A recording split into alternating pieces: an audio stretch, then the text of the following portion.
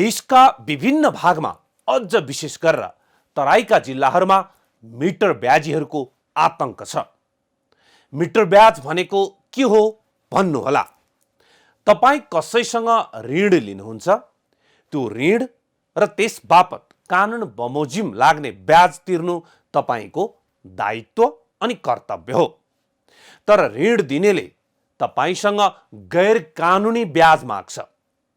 त्यो गैर कानुनी ब्याज तपाईँले तिर्न नसक्नु भएमा वा तिर्न आनाकानी गर्नु भएमा उसले मन लाग्दै तोकेको ब्याजको रकम पनि ऋणको सामा रकमसँगै जोड्दै जान्छ र तपाईँको ऋण रकम दिन दुगुना रात चौगुणा बढाउँदै लान्छ। बिजुली वा धाराको मिटर चले जस्तो क्या। यो ब्याजको मिटर चलिरहन्छ र तपाईँको ऋण रकम बढिरहन्छ। यही हो मिटर ब्याज। हामी कहाँ यस्ता मिटर ब्याजीहरू धेरै छन्, सहरदेखि गाउँसम्म। उनीहरूका लगातार बढ्दो मिटर ब्याज तिर्न नसकेर कति आत्महत्या गर्छन्, कति अपराध गर्छन्, कति घरबार उठीबास भएर सडकमा पुग्छन्, कतिको छोरा छोरी वा आफन्त अपहरण हुन्छ, हत्या हुन्छ। यस्ता धेरै समस्याहरू छन्। तर यस्ता मिटर ब्याजीहरूलाई पनि राज्यले सामान्य लेनदेन कारोबार गर्ने साहुहरू सरह व्यवहार गर्छ वा राज्य उनीहरूकै प्रभावमा पर्छ र ऋण र ब्याज तिर्दा तिर्दा तिर्दा तिर्दा हैरान भएका नागरिकलाई सडकमा रुन पठाएर प्रहरी, सिडिओ, प्रशासन, मन्त्रीहरू मिटर ब्याजीसँगै मिल्न जान्छन्। यस्ता समस्या तराईका जिल्लाहरूमा अहिले बढी देखिरहेको छ। उनीहरू गाउँमा मिटर ब्याजी विरुद्ध आवाज उठाउँछन्, उसले धम्क्याउँछ। उनीहरू सिडिओ र प्रहरीमा उजुरी दिन्छन्, सिडिओ र प्रहरी तिनै मिटर ब्याजीसँग मिल्छन्।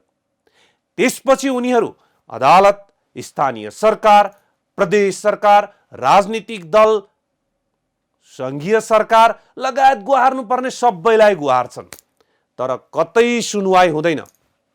अनि सडकमा पुगेका उनीहरू आफ्ना कुरा सडकबाटै सुनाउन काठमाडौँ आउँछन् र माइती घरको सडकमा झरीमा रुच्दै, घाममा पसिना काट्दै, भुकै प्यासै धर्ना बस्छन्। उनीहरूको माग सामान्य छ। हामीले लिएको जति ऋण तिर्न तयार छौँ, तिर्छौँ वा तिरिसकेका छौँ। त्यसकारण हाम्रो तमसुक च्यातियोस्, हाम्रो घर जग्गा हामीलाई फिर्ता गरियोस्।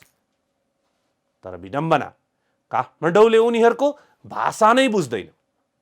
उनीहरू पीडा आफ्नै मातृभाषामा राख्छन् वा कनीकुथी खस नेपाली भाषा बोल्छन्। तर झन्डा हल्लाउँदै उनीहरूको छेउबाट जाने मन्त्रीहरू उनीहरूको भाषा नै बुझ्दैनन्।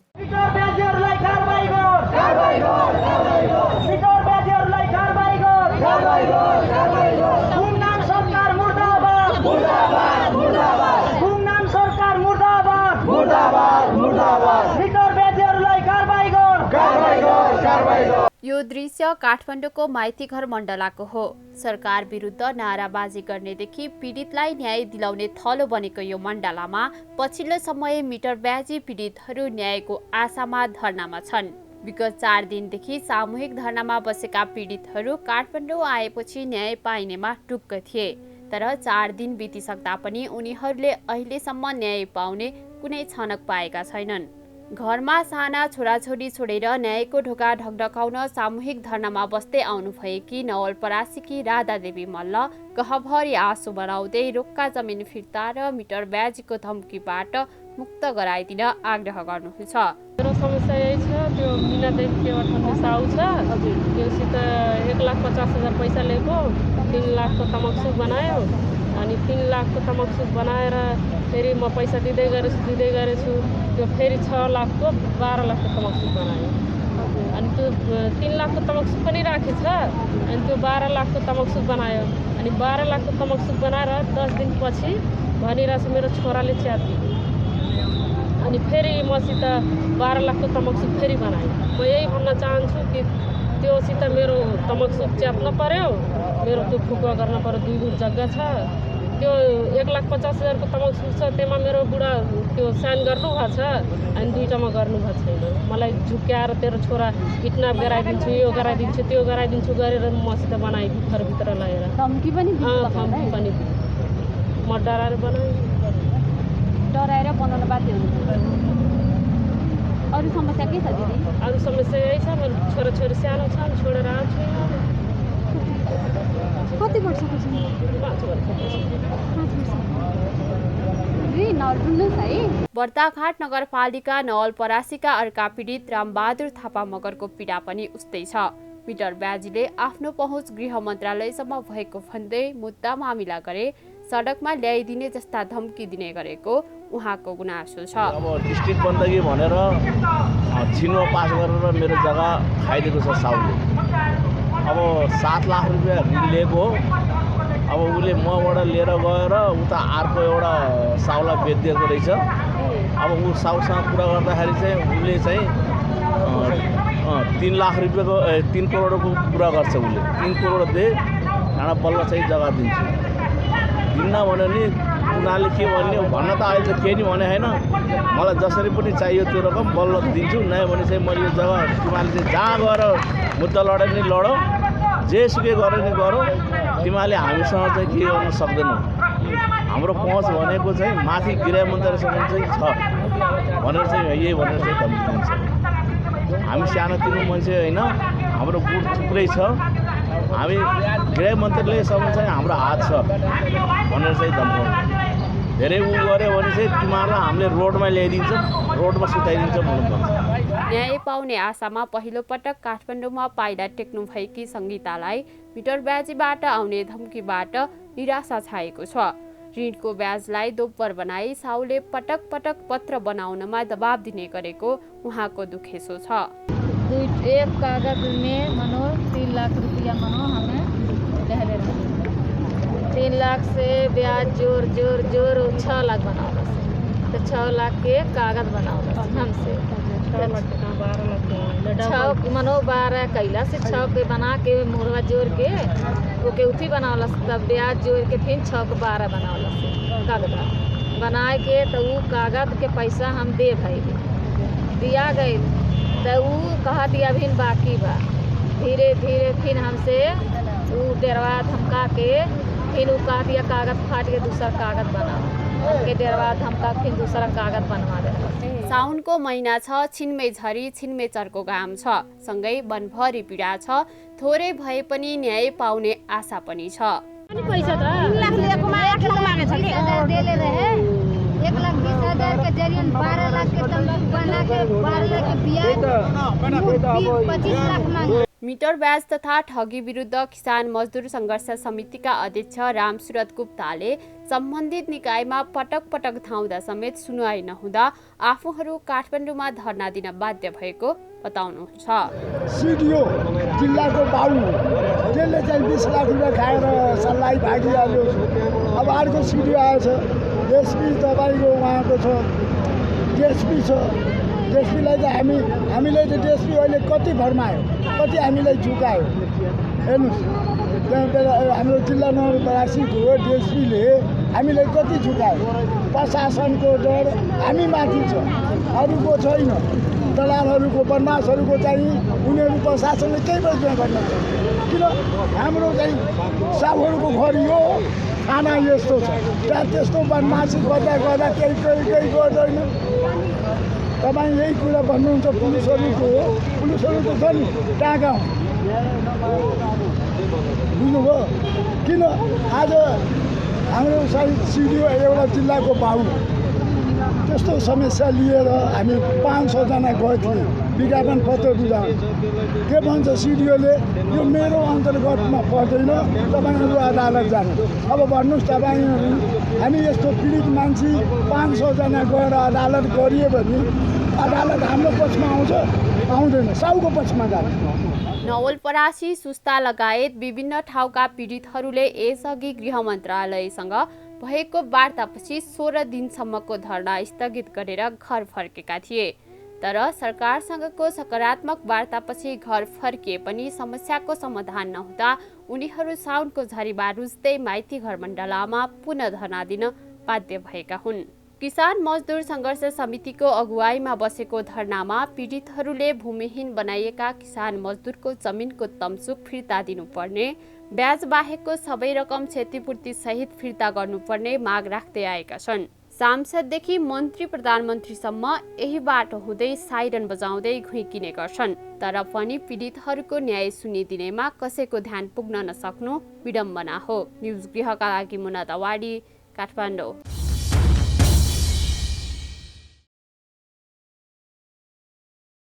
महाअभियोग प्रस्ताव नै लगाउने गरी विषय चरमोत्कर्षमा पुगेको भने प्रधान न्यायाधीश चोलेन्द्र शमशेर जबरा नेतृत्वको इजलासले संसद पुनर्स्थापना गरेर प्रधानमन्त्री शेरबहादुर देउवाको नेतृत्वमा सरकार गठन गर्न आदेश दिएपछि हो। हुन त यति बेलासम्म बिग्रिएको केही थिएन। नेपाल बार वा भनौँ वकिलहरू पनि दलगत रूपमा यो मुद्दामा विभाजित थिए। तर कुरा साँच्चै कति बेला बिग्रियो भने जब प्रधान न्यायाधीशको नाता पर्ने व्यक्ति गजेन्द्र बहादुर हमाललाई मन्त्रीमा नियुक्त गरियो। उहाँलाई प्रधान न्यायाधीशको भागमा नियुक्त गरेको चार्ज चरम रूपमा लाग्यो र उहाँ राजीनामा गर्न बाध्य हुनुभयो। यसपछि विगतदेखिका सबै विषय सतहमा आए र प्रधान न्यायाधीश विरुद्ध अदालत परिसर तथा इजलासमै आन्दोलन सुरु भयो। संवैधानिक परिषदको पदेन सदस्य समेत रहनुभएका निलम्बित प्रधान न्यायाधीश चोलेन्द्र शमशेर जबराले कार्यपालिकासँग भाग खोजेको र आफ्ना नातेदार गजेन्द्र बहादुर हमाललाई आफ्नो कोटाबाट मन्त्री बनाएको आरोप लागेपछि उहाँको राजीनामाको मागमा नेपाल बार एसोसिएसनले निकै लामो समयसम्म आन्दोलन गर्यो। नेपाल बारले सबै राजनीतिक दलका नेताहरूलाई भेटेर संसदमा तत्काल महाभियोग प्रस्ताव ल्याउन आग्रह गरे पनि कुनै दलले कुरा सुनेनन् र महाभियोगको प्रस्ताव पनि आएन। प्रधान न्यायाधीश राणा विरुद्ध अविश्वास प्रस्ताव ल्याउन दलहरू अनिच्छुक देखिएपछि राणा न्यायालयमा सक्रिय हुन थाल्नुभयो। न्यायालयभित्र आफ्नै सहकर्मी न्यायाधीशहरूसँग उहाँको द्वन्द्व बढिरहे पनि बाहिर राजनीतिक नेतृत्वसँग भने हिमचिम बढेको चर्चा चल्न थाल्यो। तर अचानक 2078 साल फागुन 1 गते आइतबार बिहान संसद सचिवालयमा प्रधान न्यायाधीश विरुद्ध अविश्वासको प्रस्ताव दर्ता भयो। लोकतन्त्र, न्याय विधिको शासन, संवैधानिक सर्वोच्चता एवं स्वतन्त्र न्यायालयको जगेर्ना गर्न प्रधान न्यायाधीश राणा असक्षम रहेको लगायतका 21 बुँदे आरोपसहित नेपाली काङ्ग्रेसका तत्कालीन सचेतक पुष्पा भुसाल, नेकपा माओवादी केन्द्रका प्रमुख सचेतक देवप्रसाद गुरुङ र नेकपा एकीकृत समाजवादीका तत्कालीन प्रमुख सचेतक जीवनराम श्रेष्ठको प्रस्तावमा महाभियोग दर्ता भएको थियो। त्यसो त नेकपा एकीकृत समाजवादीको दल गठनलाई मान्यता दिन नहुने र सभामुख अग्निप्रसाद सापकोटाले बर्खास्त नगरेको नेकपा एमाले फुटाएर नेकपा एस गठन गरेका सांसदहरूको पद खारेजीको माग गर्दै दर्ता भएको रिटमा प्रधान न्यायाधीश राणाको सक्रियतामा नेकपा एमालेको पक्षमा फैसला आउने सुइको पाएको भन्दै दलहरू नेकपा एसको दबावमा तत्काल अविश्वासको प्रस्ताव तयार पारेको समाचार त्यति बेलै बाहिरिएको थियो। प्रस्ताव दर्ता भएसँगै सत्तापक्ष केही समय मौन नै बस्यो। फागुन 22 मा नेकपा एमालेबाट 4 जना, काङ्ग्रेसबाट 2 जना, माओवादीबाट 2 जना, नेकपा एसबाट 1 जना, जसपाबाट 1 जना र लोकसभाबाट 1 जनाको 11 सदस्यीय महाभियोग सिफारिस समिति गठन भयो। यससँगै 29 फागुनमा महाभियोग प्रस्ताव संसदमा पेश भए पनि लामो समय महाभियोग प्रस्तावलाई सिफारिस समितिमा पठाइएन। अधिवक्ता कल्याण पोखरेलले महाभियोगको प्रक्रिया अलमल्ल हुनुमा निर्णयकर्ता राजनीतिक अभिष्ट पूरा गर्ने ध्येयमा लागेको हुन सक्ने आशंका व्यक्त गर्नुहुन्छ। अब यहाँ नेपालमा हाम्रो कानुन ऐन परिधि भन्दा पनि सबै निर्णयकर्ताहरूलाई चाहिँ के लाग्छ भन्दाखेरि कानुन भनेको आफू बाहेक सबैले पालना गर्नुपर्छ भन्ने उहाँहरूको मनस्थिति छ। त्यसै कारणले चाहिँ उहाँहरू के गर्नु अहिलेको गतिविधि हेर्दाखेरि उहाँहरू कानुन पालना गर्ने भन्दा पनि आफ्नो राजनैतिक अभिष्टहरू पुरा गर्ने वा दोषीलाई चाहिँ दण्ड गरेर तुरुन्त विदा गर्नुपर्ने ठाउँमा चाहिँ उहाँहरू त्यत्तिकै बस्नुभएको हो कि जस्तो देखिन्छ। संसदमा दर्ता भएको करिब 6 महिनापछि प्रधान न्यायाधीश राणा विरुद्ध दर्ता भएको महाभियोग सिफारिस समितिमा पुगेको छ। संसदमा महाभियोगको प्रस्ताव विचाराधीन रहेको अवस्थामा एमाले महाभियोगको मुद्दालाई चुनावी एजेन्डा बनाउने निश्चित भएपछि सरकारले चुनावको मुखमा महाभियोग अगाडि बढाएर एमालेलाई नै अप्ठ्यारोमा पारिदिएको छ। संवैधानिक व्यवस्था अनुसार जबरा विरुद्धको महाभियोग प्रस्ताव पास गर्न प्रतिनिधि सभामा तत्काल कायम रहेका सांसद संख्याको 2/3 अर्थात् हाल 271 सदस्य मध्ये 181 सांसद आवश्यक पर्छ। एमालेका 98, लोकतान्त्रिक समाजवादी पार्टीका 13, नेमकिपा र राप्रपाका 1-1 जना सांसद सत्तारूढ गठबन्धन बाहिर छन्। त्यसो त महाभियोग कार्यविधि नियमित गर्ने ऐन 2059 को दफा 6 ले जाँचबुझ समितिको कार्यविधि 3 महिनाको हुने भनिएको छ। कानुनकै प्रावधानलाई हेर्ने हो भने पनि गत फागुन 22 गते प्रधान न्यायाधीश राणामाथि छानबिन गर्न गठन भएको जाँचबुझ समितिले जेठ 22 गते छानबिन सक्नुपर्ने थियो। तर ढिला गरी समितिमा पुगेको महाभियोग प्रस्तावमा प्रतिनिधि सभाले पठाएको मितिले 3 महिनाभित्र काम सक्ने जिम्मेवारी छ।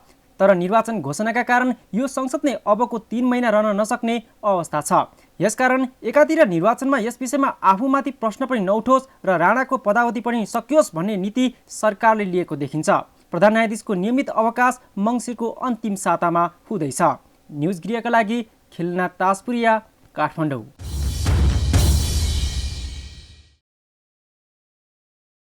प्रधान न्यायाधीश विरुद्ध महाअभियोग त लाग्यो।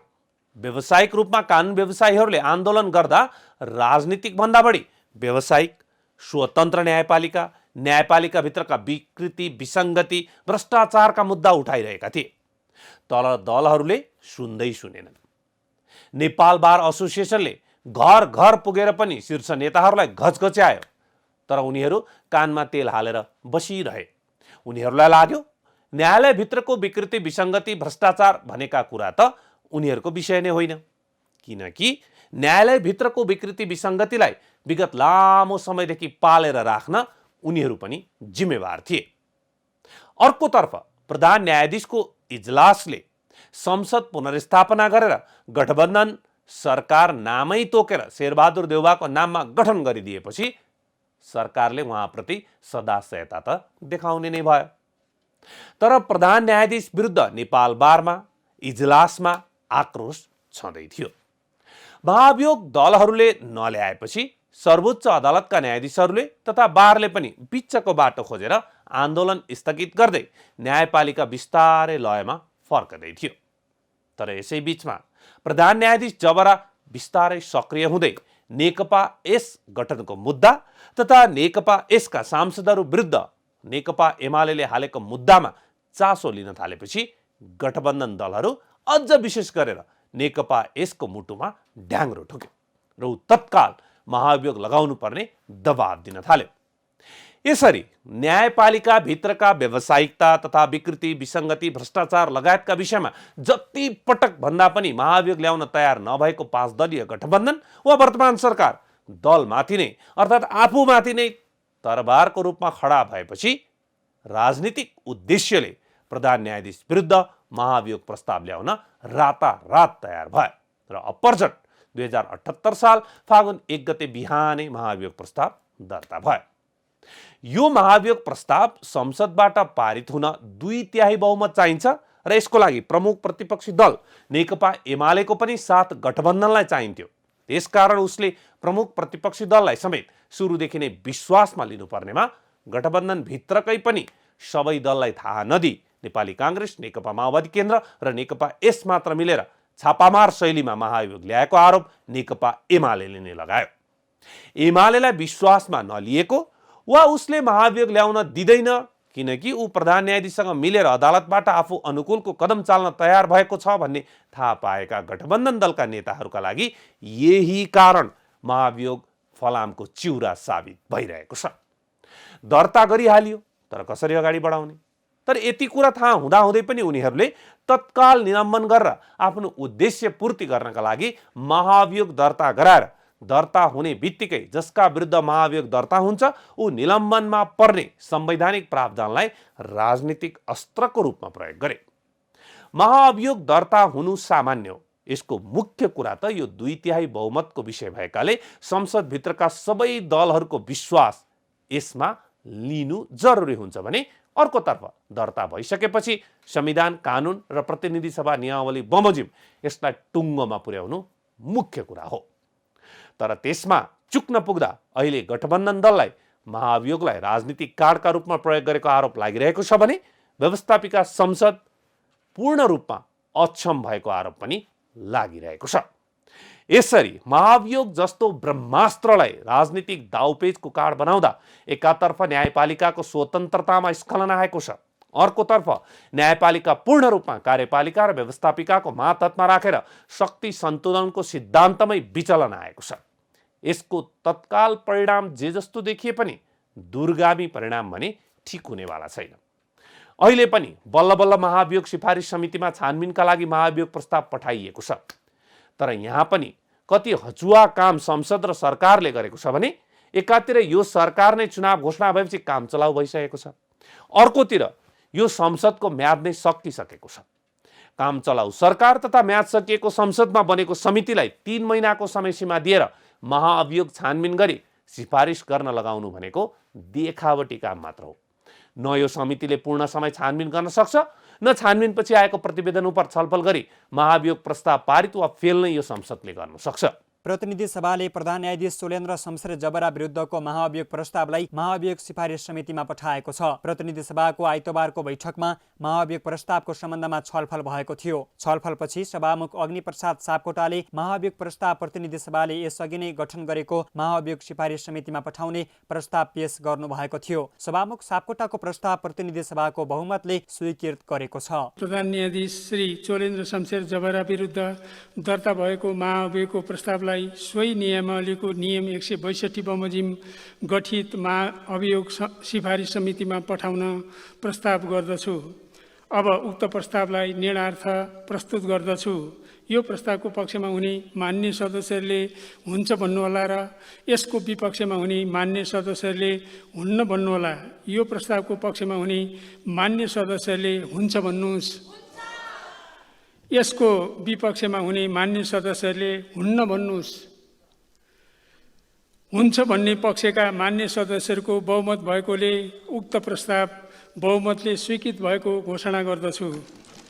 यता सांसदहरू भने महाअभियोग प्रस्तावमा विभाजित बनेका छन्। नेकपा एमाले आक्रामक र सत्तापक्ष रक्षात्मक देखिएको छ। नेकपा एमालेकी सांसद निरुदेवी पालले सत्तापक्षले हचुवाको भरमा प्रधान न्यायाधीश सोलेन्द्र शमशेर जबरामाथि महाअभियोग प्रस्ताव ल्याएको बताउनु भएको छ। सत्तापक्षले आफूहरूसँग महाअभियोग पारित गर्न 2/3 छैन भन्ने थाहा हुँदाहुँदै प्रस्ताव ल्याएको उहाँले बताउनु भएको हो। सत्तापक्षलाई हामीसँग 2/3 छैन भन्ने थाहा हुँदाहुँदै हचुवाका भरमा जबरामाथि महाअभियोग किन र केका लागि लगाइएको थियो र किन हालसम्म किनारा लगाइएन भन्ने कुरा सम्मान्य सभामुख मार्फत सत्तापक्षलाई तथ्य र तर्कसहित सदन र सदन मार्फत आम जनतालाई जानकारी गराउन म जोरदार माग गर्न चाहन्छु कि आफ्नो क्षणिक राजनैतिक अभिष्ट पूरा गर्नका लागि मात्रै महाअभियोगको डण्डा चलाइएको हो कि जबरालाई यो डण्डा मार्फत उहाँको क्यारियर मात्रै ड्यामेज गर्न खोजिएको हो।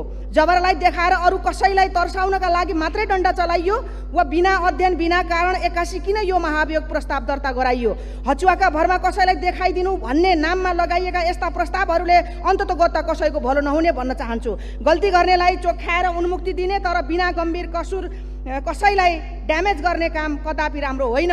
नेकपा माओवादी केन्द्रकी सांसद चाँद तारा कुमारीले न्यायपालिकाको भ्रष्टाचार, विकृति र विसङ्गति हटाउन महाअभियोग लगाउनु परेको बताउनुभयो। प्रधान न्यायाधीश जबराले संवैधानिक जिम्मेवारी दुरुपयोग गरेको उहाँको भनाइ छ। असंवैधानिक काम गरेको र सर्वोच्च अदालतमा बिचौलियाहरूलाई प्रवेश गराएका कारण पनि महाअभियोग आवश्यक भएको उहाँको तर्क छ। न्यायपालिकामा पनि भ्रष्टाचार, विकृति, विसङ्गति बढेको कुरा स्वयं न्यायपालिकाले नै स्वीकार गरेको छ।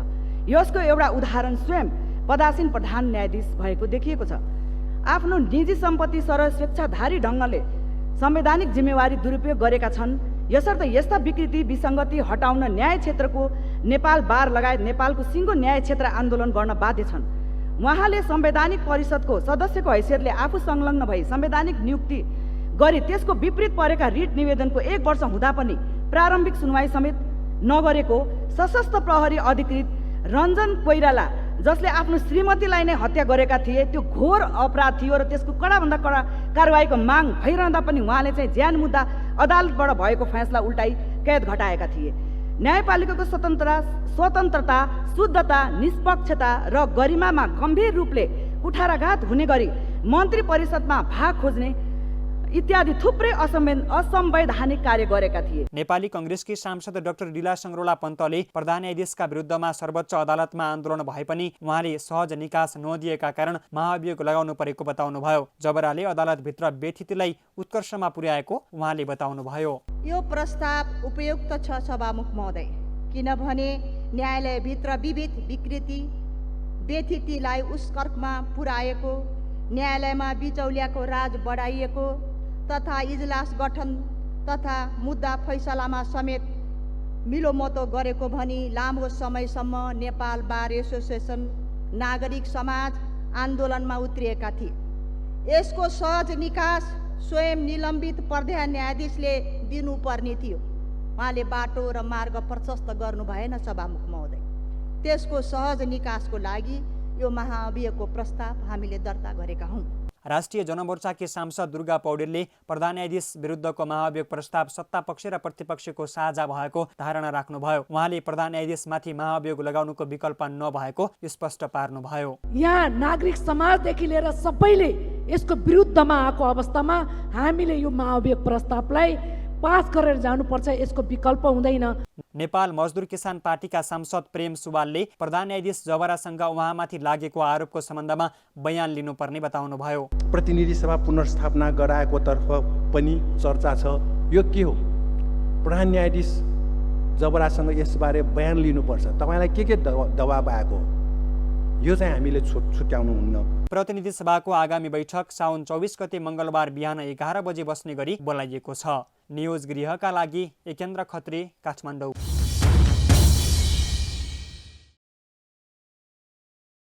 प्रतिनिधि सभा र प्रदेश सभा निर्वाचन मङ्सिर 4 गते हुने मिति तोकिसकिएको छ। यसको कार्यतालिका निर्माणमा निर्वाचन आयोग जुटेको छ र अनौपचारिक रूपमा सार्वजनिक पनि भइसकेको छ। निर्वाचन घोषणा हुने बित्तिकै प्रतिनिधि सभा भङ्ग हुनुपर्नेमा आफै प्रति विश्वास नभएका दलहरूले निर्वाचन घोषणापछि पनि जीवित राखेका छन्। निर्वाचन घोषणा हुने बित्तिकै प्रतिनिधि सभा भङ्ग हुँदा विगतमा अप्ठ्यारो अवस्था आइलागेको थियो। त्यो यिनै दलहरूकै कारणले हो। अहिलेको संविधानमा प्रतिनिधि सभाको कार्यकाल 5 वर्षको हुनेछ भनिएको छ।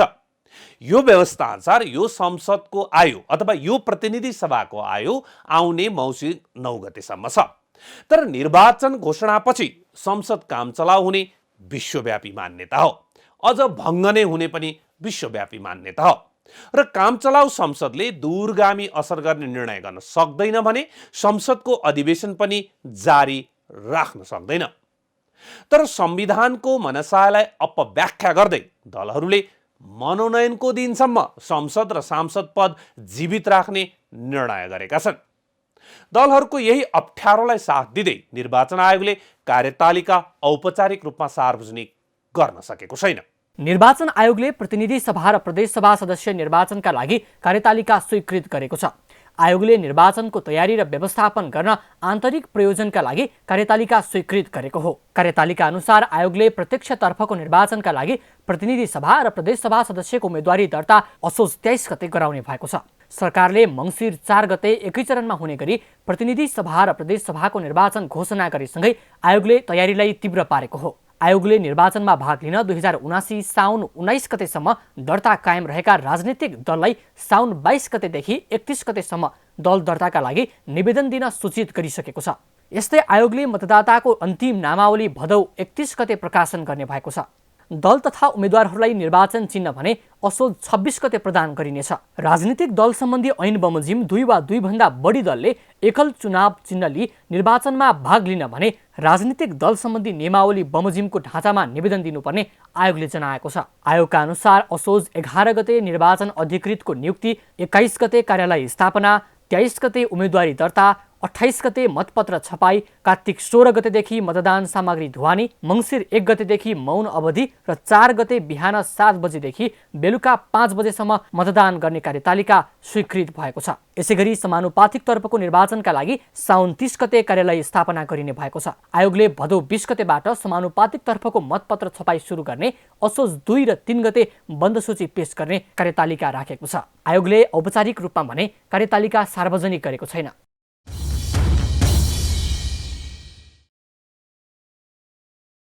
दुई 2074 सालको प्रतिनिधि सभा निर्वाचनमा नेकपा एमाले र नेकपा माओवादी केन्द्र गठबन्धन गरेर प्रतिस्पर्धा गरे। निर्वाचनपछि एकता समेत गर्ने उद्घोष गरेका यी दुई दललाई मतदाताले विश्वास गरेर मत पनि दिए। परिणामस्वरूप झण्डै 2/3 सिट प्रतिनिधि सभा तथा प्रदेश सभामा यी दुई दललाई प्राप्त भयो। त्यसपछि दल एकता गरेर नेकपा बन्यो। तर नेकपा बीचमै फुटाएर अदालतले नेकपा एमाले र नेकपा माओवादी केन्द्र पुनः बिउजाइदियो। जनमत छिन्न भिन्न भयो। जनमतको यो घोर अपमानको न दलहरूले जिम्मा लिए न अदालतले नै वास्ता गर्यो। अहिले फेरि आसन्न निर्वाचनमा 5 दल गठबन्धन गरेर निर्वाचन लड्दैछन्। गठबन्धन पनि एक्लै निर्वाचन लडेर आएको परिणामपछि होइन, पहिल्यै। अर्थात् मतदाताले आफूले चाहेको उम्मेद्वारलाई होइन, गठबन्धनले तोकेको उम्मेद्वारलाई फरक विचार र आस्थाको भए पनि मत हाल्नुपर्ने स्थिति छ। मतदाताको मौलिक हक नै मिच्ने गरी तयार पारिएको यो निर्वाचन रणनीति अनुसार गठबन्धनले जितेमा के यी गठबन्धनका दलहरू प्रतिनिधि सभाको कार्यकालभरि एक ठाउँमा बस्छन्? यसको के ग्यारेन्टी छ? यदि बसेनन् र जनमतको अपमान गर्दै छिन्न भिन्न भए भने दलहरूले कस्तो नैतिकता देखाउलान्? अथवा नैतिकताको आशा नगरौँ, कस्तो कानुनी दण्ड सजाय होला दलहरूलाई? तर यस्तो दण्ड सजायको व्यवस्था हाम्रो कानुनमा नभएकाले यहाँ जनमतको अपमान नहुने सुनिश्चितता खोज्नुपर्ने भएको छ। मङ्सिरमा हुने प्रतिनिधि सभा र प्रदेश सभाको निर्वाचनमा चुनावी तालमेल गर्ने सहमति जुटाएका गठबन्धन दलहरूले यसमा गृह कार्य सुरु गरिसकेका छन्। सिट बाँडफाँडका लागि 11 सदस्यीय कार्यदल गठन भएर कार्यदलले काम थालिसकेको छ। चुनावी तालमेलको मापदण्ड र मोडालिटी बनाउन सत्ता गठबन्धनको कार्यदलको पहिलो बैठक सोमबार बस्यो। तर पहिलो बैठकमै सिट बाँडफाँड के का आधारमा गर्ने भनेर दलहरूबीच विवाद भयो। यसकारण सिट बाँडफाँडका मापदण्ड तय गर्न आफ्नो पार्टीभित्र गृह कार्य गरेर बिहिबार पुनः बैठक बस्ने समझदारी भएको छ। विवाद निम्तिनुको कारण के थियो भने कार्यदलको बैठक बस्नु अघि नेपाली कांग्रेसको पदाधिकारी र पूर्व पदाधिकारीको बैठक बसेर प्रदेश र प्रतिनिधि सभा निर्वाचनमा 60% सिट लिने सहमति हुनु। पदाधिकारी बैठकमा भएको यही सहमति बमोजिम गठबन्धनमा छलफल अघि बढाउन नेतृत्वलाई उनीहरूले सुझाएका थिए। स्थानीय तहको निर्वाचनमा कांग्रेसले प्राप्त गरेको मत परिणामलाई समेत आधार मानेर कम्तीमा 100 सिट भन्दा कम हुने गरी सिट बाँडफाँड गर्न नहुने कांग्रेस नेताहरूको अडान छ। कार्यदलको बैठकमा पनि कांग्रेस नेताहरूले धरातलीय यथार्थ पनि हेर्नुपर्ने कुरा राख्दा अन्य दलका नेताले धरातलीय यथार्थ कसरी पत्ता लगाउने भनी प्रश्न उठाएका थिए। सो बैठकमा मापदण्डका विभिन्न विकल्पमा छलफल भए पनि बैठकले ठोस निर्णय लिन सकेन। भदौ पहिलो साताभित्र चुनावी तालमेलको मापदण्ड र मोडालिटी बनाएर प्रतिवेदन बुझाउन कार्यदललाई कार्यभार सुम्पिएको छ। सञ्चार मन्त्री ज्ञानेन्द्र कार्कीले तोकिएको समयमा नै सिट बाँडफाँडको मापदण्ड र मोडालिटी बारे प्रतिवेदन बनाएर बुझाउने र उक्त प्रतिवेदनमाथि गठबन्धनको शीर्ष तहमा छलफल हुने बताउनु भएको छ। बाँडफाँडकै बारेमा छलफल गरेर एउटा प्रतिवेदन तयार गरेर शीर्ष तहमा बुझाउने नै यसको चाहिँ म्यान्डेट रहन्छ। कांग्रेसले 60% सिट माग गरेपछि बिच्किएका सत्ता घटक अन्य दलहरू भने कांग्रेसको पक्षमा 50% सिट र बाँकी 4 दलहरूले आपसमा बाँडफाँड गर्नुपर्ने पक्षमा उभिएका छन्। सिट भागभण्डाको समझदारी जुटाउनका लागि माओवादी अध्यक्ष पुष्पकमल दाहालले अगुवाई पनि गर्दै आउनु भएको छ। तर उहाँ पनि गठबन्धनमा अरूभन्दा आफ्नो अवस्था फरक पार्ने ध्यानमा हुनुहुन्छ। उहाँले घोषणा नै गरिसक्नु भएको छ, कांग्रेस पहिलो माओवादी दोस्रो। स्थानीय तह निर्वाचनमै कांग्रेसको भूमिकाप्रति माओवादी सशङ्कित छ। अर्कोतर्फ माओवादी र कांग्रेसको भूमिकाप्रति नेकपा एस सशङ्कित छ। यी कुरा नेताहरूले सार्वजनिक मञ्चहरूमा नै बताउँदै आएका छन्। एकातर्फ सिट बाँडफाँडमा सबै दल आफ्नो रणनीति अनुसार दाबी प्रस्तुत गरिरहेको बेला गठबन्धनमा महन्त ठाकुर नेतृत्वको लोकतान्त्रिक समाजवादी पार्टी लोसपालाई समेत समावेश गराउने कुरा बाहिर आएको छ। यसले गठबन्धनमा लोसपा सहभागी भइहाले सिट भागभण्डा थप पेचिलो भन्ने निश्चित छ। यस्तै सिट भागभण्डा सम्मानजनक तरिकाले नभए गठबन्धनको औचित्य नहुने चेतावनी सत्तारूढ दल नेकपा एकीकृत समाजवादीको छ।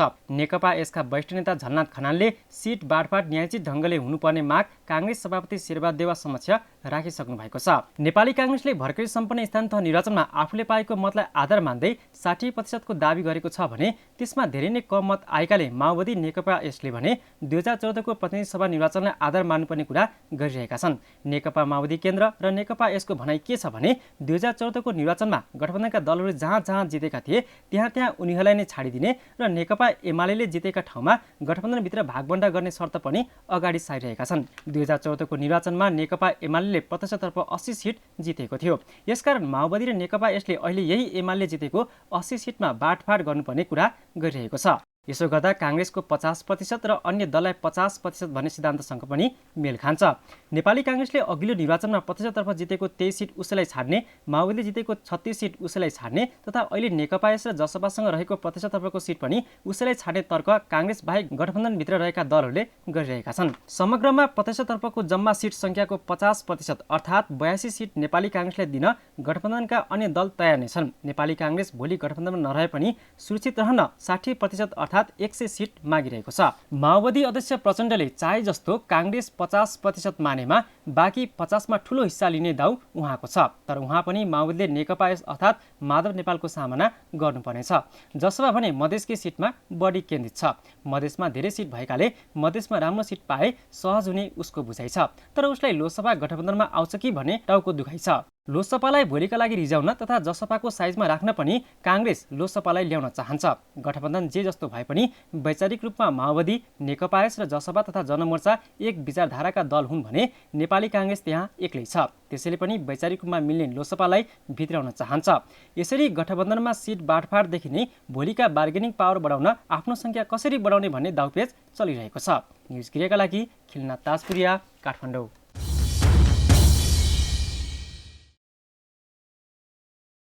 निर्वाचनमा सिट बाँडफाँड पेचिलो छ। यो पेचिलो बन्नुको मुख्य कारण अरू केही होइन, गठबन्धनको आडमा शक्ति बढाउने गठबन्धन भित्रकै दलहरूको दाउपेच हो। यसकारण देख्नका लागि 5 दल गठबन्धनमा छन्, तर उनीहरू भित्रभित्रै कसरी आफू बलियो बन्ने भन्ने दाउ खोजिरहेका छन्। अहिलेको निर्वाचनको प्रतिस्पर्धामा देखिएका दलहरू एक्लै निर्वाचनमा प्रतिस्पर्धामा जाने हो भने मुख्य खेलाडी नेकपा एमाले र नेपाली काङ्ग्रेस हुन्। तर गठबन्धनका कारण नेकपा माओवादी केन्द्र, नेकपा एकीकृत समाजवादी तथा जनता समाजवादी पार्टी पनि खेलाडी बनेका छन्। तर यी च्याखे खेलाडी मात्रै हुन्, मुख्य होइनन्। यिनीहरू गठबन्धनको नाममा नेपाली काङ्ग्रेससँग मिलेर तर उसलाई नै कमजोर बनाउने मानसिकता राख्दै शक्ति सञ्चयको होडमा छन्। नेकपा माओवादी केन्द्रका अध्यक्ष पुष्पकमल दाहाल प्रचण्डले भनिसक्नु भएको छ, काङ्ग्रेस पहिलो शक्ति हो, स्वीकार्छौँ, तर हामी दोस्रो हुनुपर्छ र यसमा हामीलाई काङ्ग्रेसले समेत सघाउनुपर्छ। नेकपा यसको दाउ भने पहिलो वा दोस्रोको छैन, उसलाई नेकपा एमालेका अगाडि सम्मानजनक अवस्थामा उभिनु छ। पाएसम्म अहिले संसदमा रहेको सिट सङ्ख्याभन्दा बढी प्राप्त गर्ने, नभए यसैलाई भए पनि जोगाउने। यही कारण नेपाली काङ्ग्रेस प्रतिनिधि सभाको 165 प्रत्यक्षतर्फको सिटमध्ये 100 सिट दाबी गरिरहेको छ, अर्थात् 60% भन्दा बढी। गठबन्धनमा यति सिट फुत्क्याउन सकियो भने समानुपातिक तर्फको परिणाम जोड्दा काङ्ग्रेस एक्लैको बहुमत पुग्नेछ, अर्थात् समानुपातिकमा 37 सिट भन्दा बढी आयो भने एक्लै बहुमत। समानुपातिकमा काङ्ग्रेसको त्योभन्दा बढी सिट आउने देखिन्छ 2074 को परिणामलाई नै आधार मान्दा पनि। अर्कोतर्फ नेकपा माओवादी केन्द्र जसरी पनि एमालेको भन्दा बढी सिट ल्याएर दोस्रो शक्ति बन्न चाहन्छ। पहिलो शक्ति बन्ने कुरा भने उसले छाडिसकेको छ। ऊ नेपाली काङ्ग्रेस नै पहिलो शक्ति बन्ने ठान्छ र 2064 सालको संविधान सभा निर्वाचनमा जस्तो जनउभार आएमा प्रत्यक्ष र समानुपातिक जोड्दा दोस्रो बनिन्छ कि भन्ने आशा छ उसलाई। नेकपा यस भने पहिलो दोस्रोको प्रतिस्पर्धा भन्दा पनि सम्मानजनक उपस्थितिकै खोजीमा छ। जसपा पनि गठबन्धनमै बस्न चाहन्छ, तर उसको दाउ मधेसमा पहिलो बन्ने भन्ने छ। मधेसमा पहिलो शक्ति बनेमा पहिलो शर्त मधेस प्रदेशको सरकारमा कब्जा जमाउन पाइन्छ, अर्को प्रतिनिधि सभामा पनि राम्रो शक्तिको रूपमा स्थापित भइन्छ। नेपाली काङ्ग्रेस र नेकपा एमालेको प्रतिनिधि सभामा पहिलो शक्ति बनेर सरकारको नेतृत्व गर्ने दाउ छ भने माओवादी, नेकपा यस र जसपाको शक्ति बढाएर बार्गेनिङ पावर बढाउने मात्र दाउ रहेको छ। उनीहरू अहिले पनि गठबन्धनको नेतृत्व काङ्ग्रेसले नै गरिरहेकाले सरकार काङ्ग्रेसकै नेतृत्वमा बन्नेमा ढुक्क छन्। मात्र माओवादीले दोस्रो शक्ति भइयो भने आलो पालो प्रधानमन्त्रीमा काङ्ग्रेसलाई मनाउन सकिन्छ कि भन्ने सोच राखेको देखिन्छ।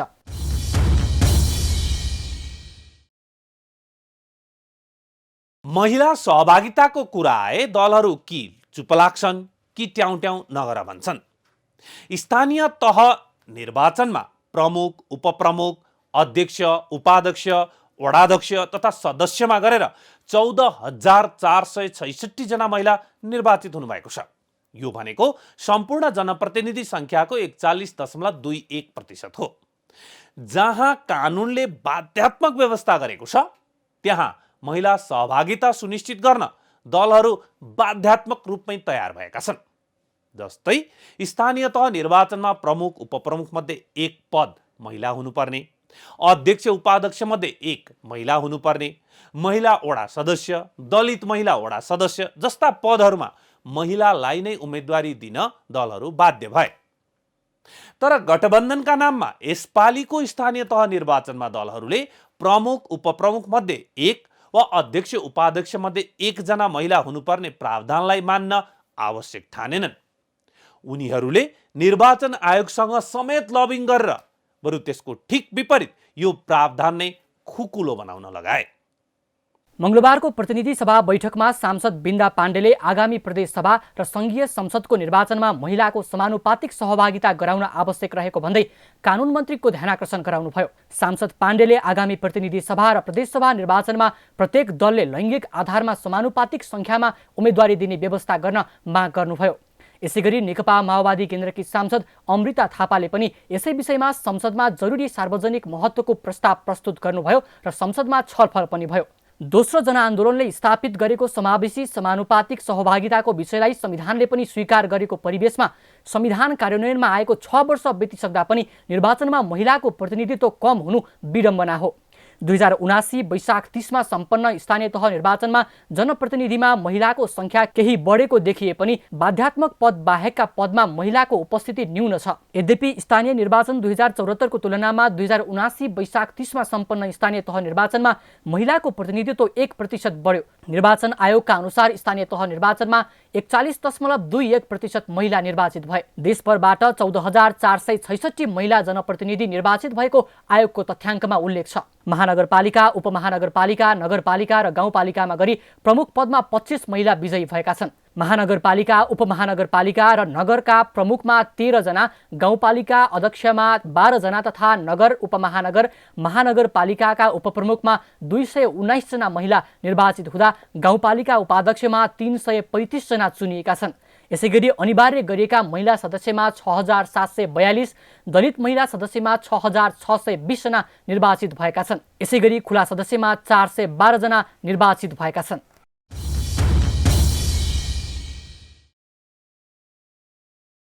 नेट 2030 अर्थात् राष्ट्रिय अर्थतन्त्रको रूपान्तरण अभियान 2030 देशको आर्थिक रूपान्तरणका लागि सरकार निजी क्षेत्र साझेदारी बिना सम्भव नभएको ठहर गर्दै उद्योग वाणिज्य महासंघले यो अभियानमा सरकारको ठोस साथ खोजेको छ र सरकारले पनि यसमा समझदारी पत्रमा हस्ताक्षर गरेरै दह्रो साथ दिएको छ।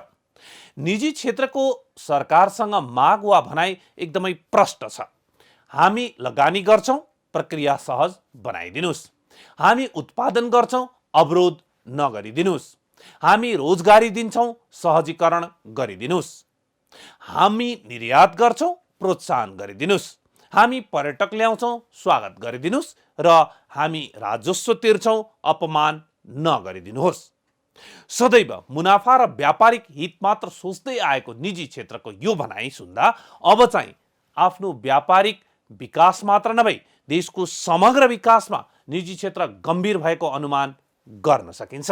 नेपाल उद्योग वाणिज्य महासंघले 1 वर्ष अगाडि नै समृद्धि र विकास हासिल गर्न राष्ट्रिय अर्थतन्त्रको रूपान्तरण अभियान 2030 तयार पारेर राखेको थियो। यसमा उसको नारा छ विकास समृद्धिका लागि निजी क्षेत्र। 197 पृष्ठ लामो यो अभियान दस्तावेजमा महासंघले केमा जोड दिएको छ भने समृद्धि सम्भव र विकास पनि।